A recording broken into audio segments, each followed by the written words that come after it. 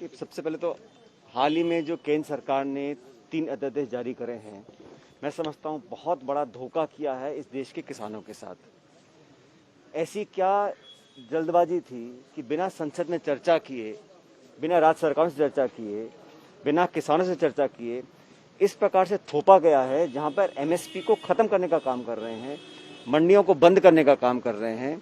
और जो लघु किसान है, छोटा किसान है, वो पिछली आर्थिक मंदी में, कोरोना काल में वैसे दुखी परेशान था, उसके पेट पर लात मारने का काम किया है। देश भर में आज सभी लोग इसका विरोध कर रहे हैं और कांग्रेस पार्टी, हम सब लोग डट का विरोध कर रहे हैं, करते रहेंगे जब तक सरकार इस अध्यादेश को वापस नहीं लेती। जो तीनों इन्होंने ऑर्डिनेंस लेकर आए, एक्ट बनाए हैं, वो जनता विरोधी हैं, किसान विरोधी हैं, उपभोक्ता विरोधी हैं। एक तरफ से सरकार ने कहा कि किसान की आमदनी दुगनी करेंगे और यहाँ पर जो थोड़ी बहुत आमदनी किसान को हो रही थी उसको छीनने की पूरी योजना बनाई हुई है। जो कॉन्ट्रैक्ट फार्मिंग की बात कर रहे हैं, जो मंडियों को खत्म करने की बात, और खासकर छोटा किसान। इसलिए केंद्र सरकार ने एक तरफ हमारी सीमाओं पर आक्रमण हो रहा है, चीन गोला बारूद जमा कर रही है, देश में आर्थिक व्यवस्था ठप हो चुकी है, उद्योग बंद हो चुके हैं, बेरोजगारी बढ़ चुकी है। ऐसे समय पर बजाय किसानों की मदद करने के, इस अध्यादेश के माध्यम से किसानों के साथ कटोराघात किया है, विश्वासघात किया है और एड़ी चोटी का इसका विरोध हम लोग करने जा रहे हैं। केंद्र सरकार को चाहिए था सब लोगों से चर्चा करते और अगर कुछ एक्ट लेकर भी आने थे तो सदन में बहस के बाद इसको पारित कराते और उसके बाद एक क्रमवार तरीके से कहीं प्रयोग कर देखते। लेकिन संपूर्ण देश में इस प्रकार का जो उन्होंने ऑर्डिनेंस लेकर आए हैं, ये किसान विरोधी है, जनता विरोधी है। सर, प्रमोद जैन भाई जी ने आपसे मुलाकात की है, कल भरत सिंह जी ने भी एक लेटर लिखा था।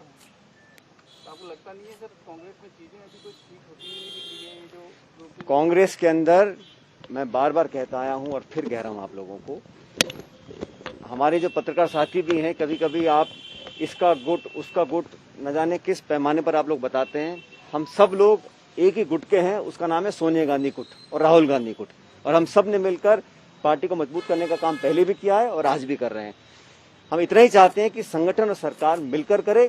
3 साल बाद चुनाव होंगे, अभी से हमें कमर कसनी पड़ेगी कि एक एक व्यक्ति जिस त्याग तपस्या का परिचय हम लोगों ने विपक्ष में रहते हुए दिया था, उसी तरह पर काम करें और जनता के हम अपेक्षाओं को पूरा कर सकें। सरकार और संगठन मिलकर, मैं समझता हूं, लोगों का विश्वास हासिल कर पाएंगे। अभी फिलहाल जो आप लॉकडाउन के दौरान राजस्थान ऐसा राज्य बना था जिसे सबसे अधिक रोजगार दिया था मनरेगा में, तो आपके पास जब मंत्री पद था तो उस समय भारी संख्या में रोजगार मिला। 28 लाख लोग छोड़कर चले गए।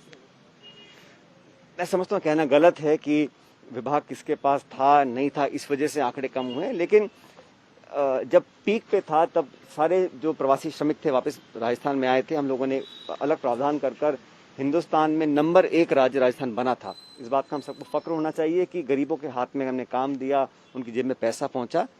अब अनेक कारण हो सकते हैं, लेकिन हमारी कोशिश ये है कि कोई व्यवसाय करे, छोटी दुकान लगाए, खेती करे, मजदूरी करे, लेकिन सबको काम मिलना चाहिए और सबको, जैसा सरकार पहले भी कह चुकी, कोई भूखा ना रहे, कोई परेशान ना रहे। इस दायित्व के लेकर हम आगे काम कर रहे हैं। लेकिन यह समझता हूँ ये आकलन ठीक नहीं है कि डिपार्टमेंट किसके पास था नहीं था, इस वजह से आंकड़े ऊपर नीचे हो रहे हैं। सभी डिपार्टमेंट्स पे लगातार निगरानी प्रदेश की सरकार कर रही है। आपने एमडीसी को लेकर लेटर लिखा था, तो तुरंत बाद सरकार ने भी, मुझे बड़ी खुशी है और मैं धन्यवाद देना चाहता हूं सरकार का कि तुरंत प्रभाव से, जो पहली बात तो ये कानून हम लोगों ने बनाया था, जो विधानसभा में पारित हुआ था, हम सब ने मिलकर सबकी सहमति से, सर्वसम्मति से इस कानून ने पारित किया था। पारित करने के बाद अगर क्रियान्वयन में कुछ कमी आ रही थी, उसका लोगों ने हमको बहुत डेलीगेशन आके मुझसे मिले और मुझे कहा कि इसमें कुछ कमी आ रही है। तो प्रशासनिक स्तर पर जो कमी थी उसका हमने उल्लेख किया और मुझे खुशी है कि सरकार ने तुरंत प्रभाव से कहा कि जो भी कमियां हैं, जो बैकलॉग है, उसको फटाफट उसको पूरा किया जाए। ये नवी अनुसूची वाली जो बात है, डिमांड्स, ये भी आपके समय कांग्रेस पार्टी ने भेजा था दिल्ली को। हम तो हर चीज के लिए तैयार हैं, पक्ष में हैं। अगर कानून के प्रावधान के तहत लोगों को फायदा मिलता है तो मिलना चाहिए। अभी केंद्र सरकार पर डिपेंड करता है कि वो उसको शामिल करते हैं कि नहीं करते हैं, लेकिन हम पूरे समर्थन में हैं। कोई व्यक्ति हो, कोई श्रेणी का हो, किसी समाज का हो, किसी वर्ग का हो, अगर लीगली किसी को ताकत और मदद देने का अगर हम काम कर सकते हैं, सबको मिलकर करना चाहिए। इसमें कोई राजनीति नहीं है। हाँ, वो आपने खूब खबर चला दी, 2-3 दिन चलनी थी। बाकी हम लगातार नेताओं से मिलते रहते हैं और अजय माकन जी हमने पहले भी काम किया है, जब मनमोहन सिंह जी की सरकार में हम दोनों मंत्री थे, तो लगातार राजस्थान के अंदर पार्टी, सरकार, संगठन, कार्यकर्ता, नेता, उनकी बात हम चर्चा करते रहते हैं। आम चर्चा है, कुछ को मतलब लगातार मुलाकातें होती रहती हैं। गंभीर सवाल था कि बॉर्डर पर पहले वाले नहीं थे जो खनन माफिया है वो बॉर्डर को भी नहीं छोड़ रहे हैं, वहाँ पर ही अवैध खनन जारी है और बीएस कई बार शिकायत कर चुका है, लेकिन कार्रवाई नहीं हुई। मुझे लगता है सरकार गंभीरता से कार्रवाई करेगी जहाँ पे ज़रूरत है, लेकिन इससे ज़्यादा गंभीर ये इशू है कि भारत की सीमा पर चीन गोला बारूद जमा कर रहा है, और सरकार ने जो कल स्टेटमेंट पार्लियामेंट में दिया वो सचमुच बड़ा चौंकाने वाला था। अब देखना ये है कि हम लोग उसकी तैयारी में क्या कर रहे हैं। और राहुल गांधी जी शुरू से कहते आ रहे हैं, आज से नहीं कई महीनों से कहा, कोरोना बढ़ रहा है और ये बहुत फैलेगा। आज मेरे ख्याल हम 50 लाख क्रॉस कर चुके हैं भारतवर्ष में। तो जब बाकी देशों में कोरोना कम हो रहा है, हमारे यहाँ बढ़ रहा है, इसके लिए सरकार अब क्या कर रही है? हम तो सब सहयोग देने को तैयार हैं। चीन को मुंह तोड़ जवाब देना है, अपनी सीमा की रक्षा करनी है, इसके लिए पूरी सेना के साथ एक एक नागरिक खड़ा है। 130 करोड़ लोग एकजुटता से खड़े हुए हैं।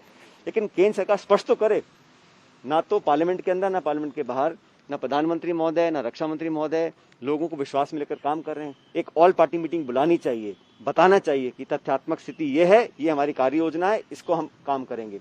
लेकिन देश में इतनी चुनौतियां हैं, उसके बीच में आपने ये किसानों का पेट पर लात मारने का काम किया, तो ये बदनीयत दिखती है केंद्र सरकार की। चंबल नदी में जो बहुत दुखद हादसा हुआ है, मेरे ख्याल 7 लोगों की जान उसमें गई है। मैं उन सभी परिजनों को अपनी संवेदना देता हूं और उम्मीद करता हूं कि भगवान उनकी आत्मा को शांति दे, और उनके परिजन हैं उनकी मदद के लिए पूरा प्रशासन, सरकार मदद करेंगे, मुझे ऐसा पूरा विश्वास है।